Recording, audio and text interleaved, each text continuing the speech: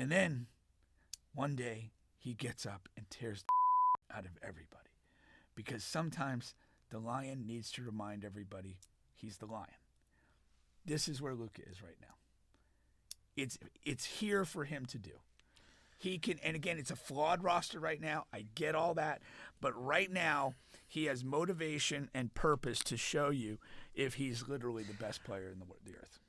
I don't buy that. You don't buy it? Only because there's nothing to buy. If it's Joel Embiid, if it's Zion Williamson, then yeah, I'm all for that. Well, what are you not buying, though? Luka has been a lion. He is a lion. He's already a lion. He's already been the best player. Shock aside, because everybody's shocked. Everybody's, nobody saw this coming. Things like that. What is your that aside? What is your main takeaway, and where do you think this puts the two teams? After the post trade. The more I think about this, the more I absolutely love it. I just talked about player empowerment. The ostensible reasons that Dallas made this trade is that having been around Luka for 6 or 7 years, they had reached a conclusion that he lacks the discipline to take care of his body, that he won't age particularly well as a player because of that fact, and that his mentality, and more so the mentality of the whining with the officials and being a kind of a belligerent guy, not defending, basically put them in a situation where I don't think we can win with this guy. And we're going to have to pay him $350 million to basically play out this part of his career, which could essentially just trap us in playoff fake contender mentality. That's the decision that they reached. We don't know if it's right or wrong yet, and we won't for a little while. But, you do look at this. I know. You do look at this, and I didn't realize he's only averaged 67 games a year throughout his career. Mm-hmm. That's pretty low for a guy that's at the beginning of his career. I would expect that number to have been in the 70s, but it's not. And it's probably not going to get better with time. And so I understand why they made the decision. I do think the defense wins championship things is I feel that's actually more of a shot at Luka. And here's the thing. This move was made with maximum disrespect. Mm-hmm. They did not tell him. He didn't ask for a trade. He wasn't lobbying for one. This was just their team making a decision. We don't think you're the fucking guy anymore. Mm-hmm. And we're going to get rid of you, and we're not going to tell you, and it is what it is. Mm-hmm. We're not going to shop you around. And in that level, I mean, that's team power. Whether it's right or wrong, they've exercised 100%. And so I don't think they're going to be terrible with AD. And again, they make another move. And so I expect them to make the playoffs. I expect them not to be a super comfortable opponent for most people in the playoffs, particularly if Kyrie and AD are healthy. That's the Dallas side. Can I interject here? Or you want to finish? Go ahead. Just on the Dallas side. Yeah, yes. So my point on that is you're 100% right on what happened. But the reason why I know it won't work out for them and it is the wrong move is because everything they did is in the wrong vein thinking wise. Because like you said, if you say, first of all, if you say that Luka's only averaged 6-7 games a year, whatever, this and that, then who do you think you're trading for? You think you're trading for a guy who plays all 82 every year? Is that what you're thinking? Newsflash, Luka plays more games than AD. And he's younger. So take that for what you will. Okay. Then number two, okay, you're talking about a guy, you said he's out of shape, and you got the Finley taking beers out of his hand. You got, this and that, right? But this is a guy like literally was just in the finals last year. You talk about a guy who, in order to get to the NBA Finals, they had to go through the Minnesota Timberwolves. A lot of people may not remember, but when they asked Anthony Edwards, who everybody loves, who is a superstar in this league, who was looked at to be a face of the league, when they asked him what happened and why did they lose and what was wrong with his performance in the Western Conference Finals, do you remember what Anthony Edwards said? I do not. I need better conditioning. I'm out of shape. I was tired. That's exactly what Anthony Edwards said. Yeah. Who's the guy that beat him that wasn't tired. It's Luka Doncic. This is just 5-6 months ago. What are you talking about? You know what I mean? So that's confusing to me. A guy who has made All NBA first team all 5 years, like the last 5 years, All NBA first team. I mean, he's the best player at his position. That's at point guard is where they list him at. That's over the Currys, anybody you could fucking name in the Western Conference and in the league, in the whole entire NBA. He's number one. So a lot of this, I don't understand. Now, I just think he didn't like Luka. And that's fine. I mean, I just don't think he likes him as a person. I think. That's what I think, and that's what I believe. Well, I know, and I don't disagree with that at all. I do think that Luka is so good, and his personality is such that and again, when I'm talking about personality, I'm talking also about like on-court demeanor, the bitching, the whining, that sort of stuff. And again, I mean, they're going on record and saying like, they've tried to approach him about the fitness and this and the other thing, and he doesn't give a damn. You're right, but in the history of sport, there's a lot of great performers and athletes who didn't give a damn about that, and it ended up biting them in the ass. And so I get that they don't like him, and that's why I think, this was literally done personal. And there's the oddball story that Harrison's wife is obsessed with Luka. Yeah. So there's definitely personality things going on. I agree with you 100%. And then there's basketball things going on.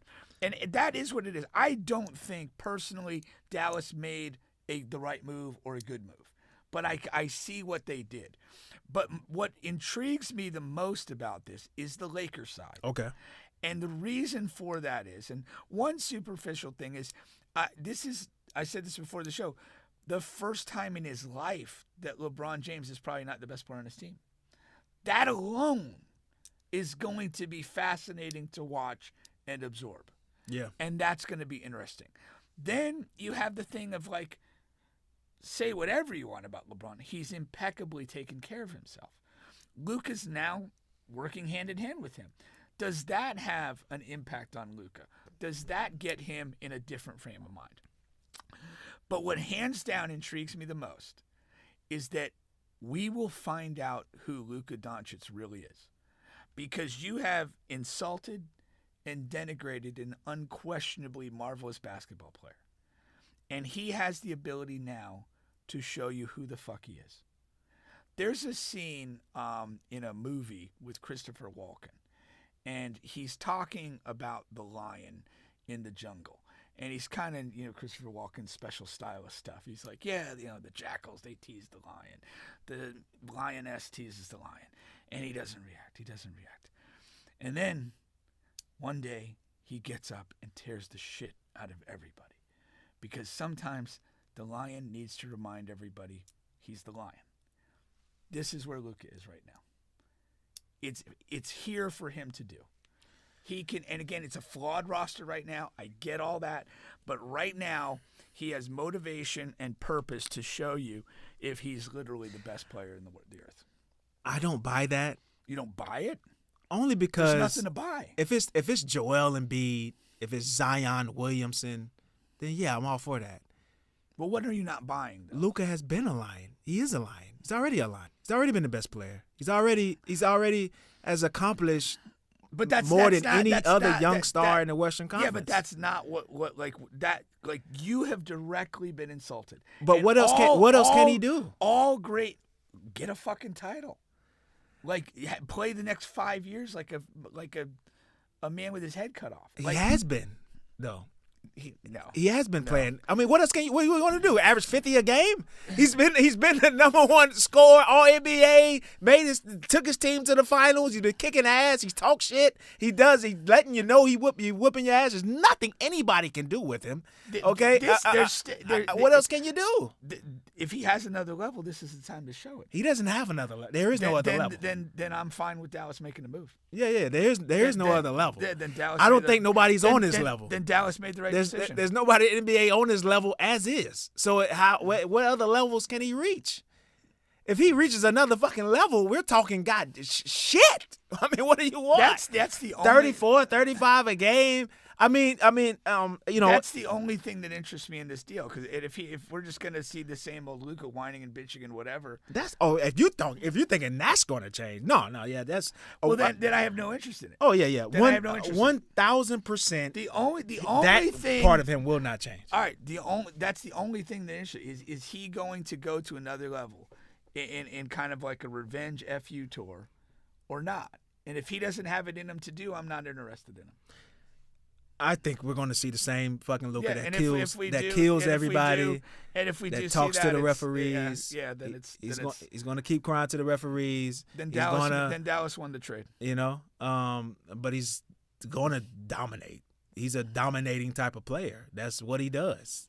When he lines up against the Timberwolves, the Dallas, the fucking OKC Thunder, all of these teams that he's fucking dominated for 5 or 6 years, he's going to continue to dominate them. That's what he does. They have never been able to stop him. There's no level above 40, 10, and 15 that I you know what I mean? Like shit. Just winning a championship. I mean, he was there. He didn't win it. Yeah, because his team was not as good. His team was not as good. I mean, you got Kyrie as his co-star going out there and fucking shooting 30% from the field and having turnovers and can't guard anybody. Okay, what can you do? When Scotty had a back attack, shit, they lost in that round. Like, what do you want Jordan to do? Average 120? You know what I mean? Like, if your team is not up to par, you're not going to win. And right now, the Lakers team is not up to the par, so they're not going to win a championship. But I do anticipate the Lakers competing, and Luka still dominating, and LeBron still looking good. Now the LeBron and Luka dynamic will be very interesting. I do think they can play together because they have high IQ, but a lot of people in the media do not believe that Luka and LeBron can play together. Now, that's the one thing I do want to see because I'm not 100% sure on that. But watching LeBron, my thing about watching LeBron the past 2 to 3 years, that a lot of people, if you haven't watched a lot of Lakers games, and I'm not mad if you haven't, he's already been a secondary ball handler, and a lot of times third. Austin Reeves handles the ball for them more than anybody on that team. And then, there were a lot of times where they would run the offense through Anthony Davis. So, LeBron hasn't been the ball dominant LeBron in since the Bubble championship. He just really hasn't. But Luka is a different ball handling animal. So that's why I'm still not 100% sure, because that's saying you probably you're not gonna touch it much at all, as far as initiating offense. Because then what do you do with Austin Reeves? I mean, because then you're talking about LeBron and Luka splitting the ball, and then whereas Austin, he's been doing well in his time with the ball, Yeah. So I want to see that dynamic because that's going to be interesting.